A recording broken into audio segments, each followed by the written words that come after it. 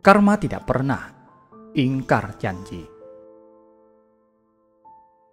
Sang Buddha berkata, "Janganlah takut dalam menghadapi hidup ini, karena tidak akan terjadi sesuatu pada dirimu yang bukan bagian dari karmamu."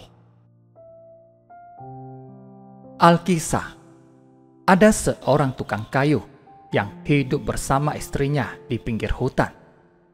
Meski sudah lama menikah, namun mereka belum mempunyai anak.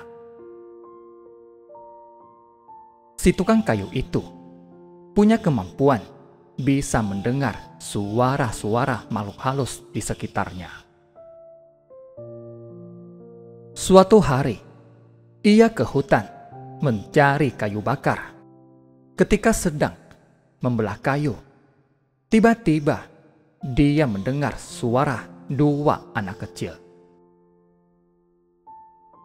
Kedua anak kecil itu berkata, "Hei, kamu mau kemana?" "Saya mau ke rumah itu. Saya mau menagih karma."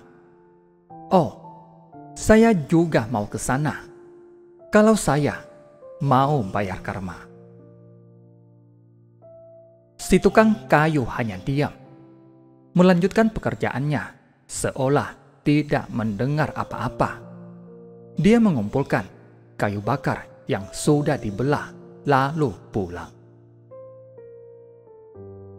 Setibanya di rumah, dia mendapati seorang tabib tengah memeriksa istrinya.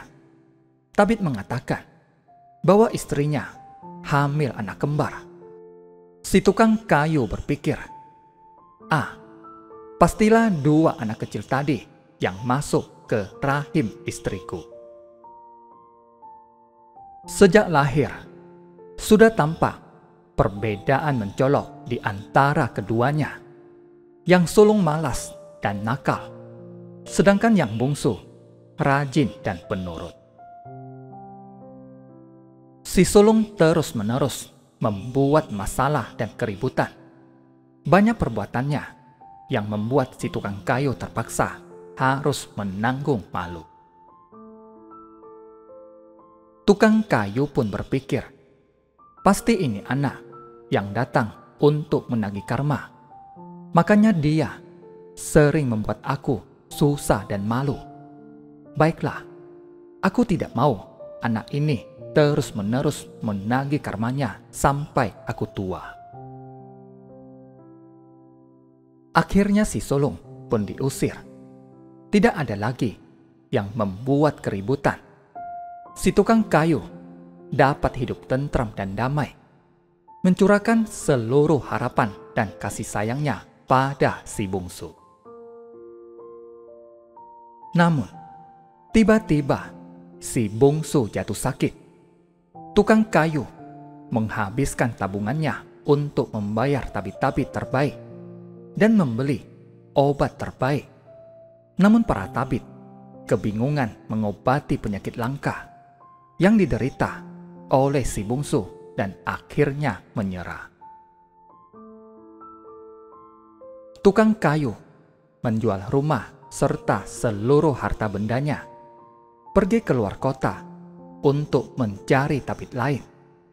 Tapi dia memperoleh jawaban sama. Belum ada obat untuk penyakit itu. Tak lama kemudian, di tengah kemelaratan dan keputusasaan, si bungsu meninggal. Tak terlukiskan lagi kepedihan dan kekecewaan yang dirasakan si tukang kayu. Ternyata inilah anak yang datang untuk menagih karma. Tukang kayu sadar, dia tidak bisa lari dari karmanya sendiri. Dulu dia berpikir, si sulunglah yang datang untuk menagih karma, karena anak itu seringkali membuat masalah. Ia teringat kembali pada si sulung dan merasa sangat menyesal. Si sulung setelah diusir Dia pergi keluar kota mencari pekerjaan. Dia bekerja dengan sangat rajin, sehingga dalam waktu singkat berhasil menabung. Setelah tabungannya cukup, dia pulang untuk mencari orang tuanya. Meskipun telah diusir, dia tidak dendam. Dialah anak yang datang untuk membayar karmanya. Dengan tabungan yang dia kumpulkan, dia membeli rumah baru dan mereka hidup berbahagia. Buah karma selalu ada di sana, seperti buah yang bergantung pada cabang pohon, menunggu kematangan pada waktu dan kondisi yang tepat. Seberat apa karma yang berbuah? Sesakit apa derita yang harus kita rasakan? Tergantung dari berat karma yang telah kita lakukan. Tidak lebih, tidak kurang. Lalu, apa yang harus kita lakukan? Apakah tidak ada cara untuk menghapus karma? Kita tidak bisa menghapus karma, tapi bisa membuatnya menjadi lebih ringan, bahkan tidak terasa buahnya. Perbanyaklah berbuat kebajikan, bagaikan segelas air garam yang sangat asin. Jika ditambah dengan air tawar terus-menerus sampai mengalir keluar, lama-kelamaan air yang asin akan habis, dan yang tersisa di gelas hanyalah air tawar saja. Seperti itulah seharusnya yang dilakukan dalam kehidupan kali ini.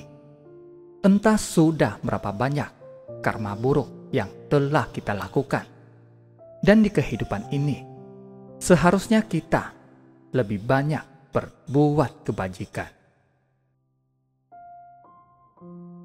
Patut diingat, jika ada karma buruk yang berbuah, relakan saja, terima apa adanya.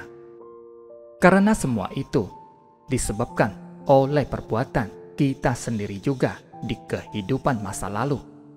Sudah seharusnya kita terima itu semua dan berpikirlah positif, karena karma burukku berkurang satu.